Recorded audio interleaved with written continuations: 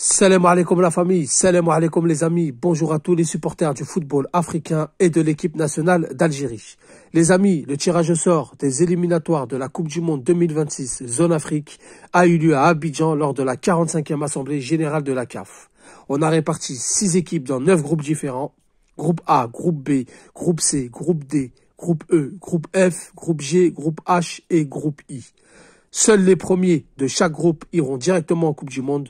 Les 4 meilleurs deuxièmes joueront un mini-tournoi où seul le premier de ce mini-tournoi se qualifiera à un match de barrage, soit face à une équipe sud-américaine, soit face à une équipe asiatique. Donc comme vous l'avez bien compris, il peut y avoir 10 équipes africaines en Coupe du Monde 2026.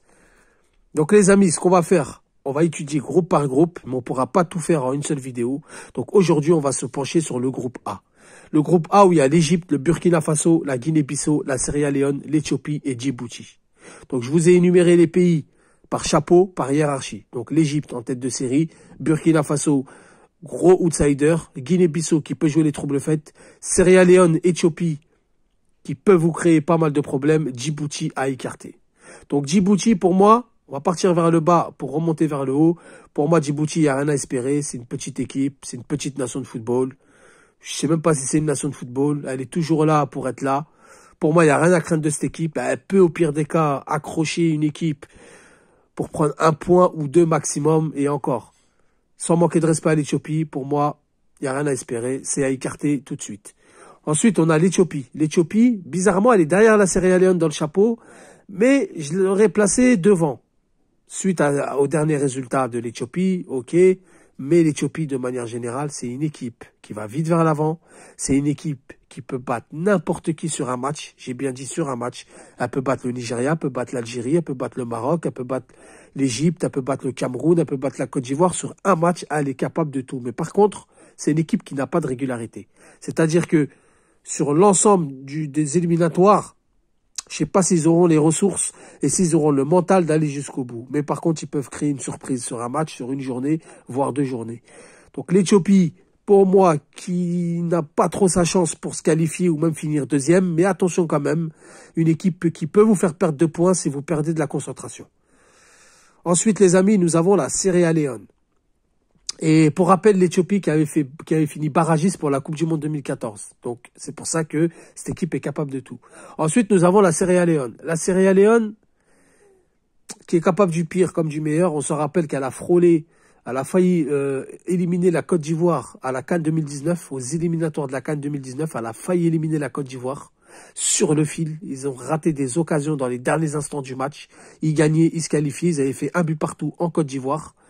Donc la Sierra Leone, il faut faire très attention, c'est comme l'Éthiopie, elle est capable du meilleur comme du pire, elle est capable de vous accrocher, elle est capable de venir gagner, mais dans la durée des éliminatoires, je ne les vois pas faire grand-chose. En plus, l'Éthiopie, comme la Sierra Leone, n'ont pas de stade homologué, ne recevront pas à domicile, et ça, c'est peut-être un coup en moins pour eux. En tout cas, je ne les vois pas aller premier ou deuxième de ce groupe, donc pour moi, à écarter aussi. Ensuite, les amis, nous avons la Guinée-Bissau. La Guinée-Bissau, pour les éliminatoires de la CAN 2023, donc qui se jouera en 2024 en Côte d'Ivoire, a fini deuxième derrière le Nigeria, avec 10 points. Il me semble à 1 point du Nigeria. C'est une équipe qui progresse, c'est une équipe qui commence à sortir des petits talents, qui commence à attirer des binationaux qui jouent un peu en Europe, certes dans des clubs de seconde zone, mais qui ont une certaine rigueur tactique, technique. C'est une équipe qui peut vous poser des problèmes. C'est une équipe qui monte en puissance, qui ont participé à la dernière CAN. Donc, très attention à cette équipe. Faut pas sous-estimer et c'est une équipe qui est capable de vous faire perdre énormément de points. Donc, attention à ça. Attention aux Guinée-Bissau qui sont en train de monter en puissance. Même si on sait que les éliminatoires de la Coupe du Monde et de la CAN, c'est 2 calibres différents, 2 pressions différentes. A-t-elle l'expérience? Je ne pense pas. A-t-elle les ressources nécessaires pour tenir tout au long des qualifications? Je ne pense pas, mais il ne faut pas sous-estimer. Ensuite, les amis, nous allons prendre l'Égypte et le Burkina Faso, les 2 calibres de ce groupe. Je vais vous dire pourquoi. Pour moi, le Burkina Faso va passer devant l'Égypte. Déjà, le Burkina Faso, éliminateur de la Coupe du Monde 2014, ils n'ont pas été sur le fil face à l'équipe d'Algérie. Ils avaient maîtrisé leur sujet.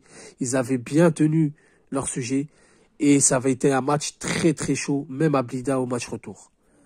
2018, ils tombent contre le Sénégal, ils vont pas en Coupe du Monde. mais ils accrochent 2 fois le Sénégal.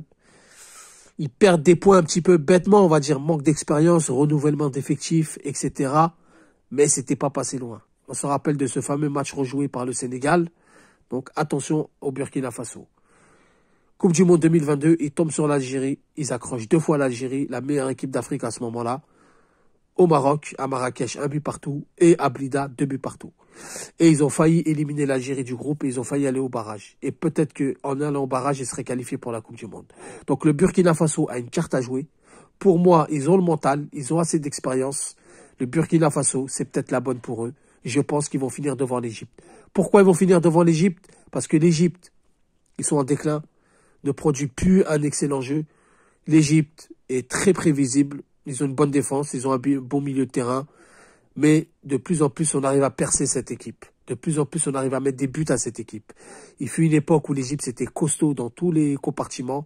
Mais là, j'ai l'impression que l'Égypte est en déclin. J'ai l'impression que même leurs attaquants, leur milieu, commencent à vieillir, commencent à prendre de l'âge. Les jeunes qui arrivent n'ont peut-être pas l'expérience de tenir toute une période d'éliminatoire. Donc pour moi, l'Égypte finira 2e de ce groupe. Donc voilà les amis, vous me dites ce que vous en pensez en commentaire. Donc Burkina Faso 1er, Égypte 2e, Guinée-Bissau 3e, Éthiopie, Sierra Leone, Djibouti. Donc voilà les amis, vous me dites ce que vous en pensez en commentaire. Si vous êtes d'accord, il n'y a pas de problème. Si vous n'êtes pas d'accord, il n'y a pas de problème aussi. Sur ce, je vous retrouve pour le groupe B dans une prochaine vidéo. Salam alaikum, que la paix soit sur vous.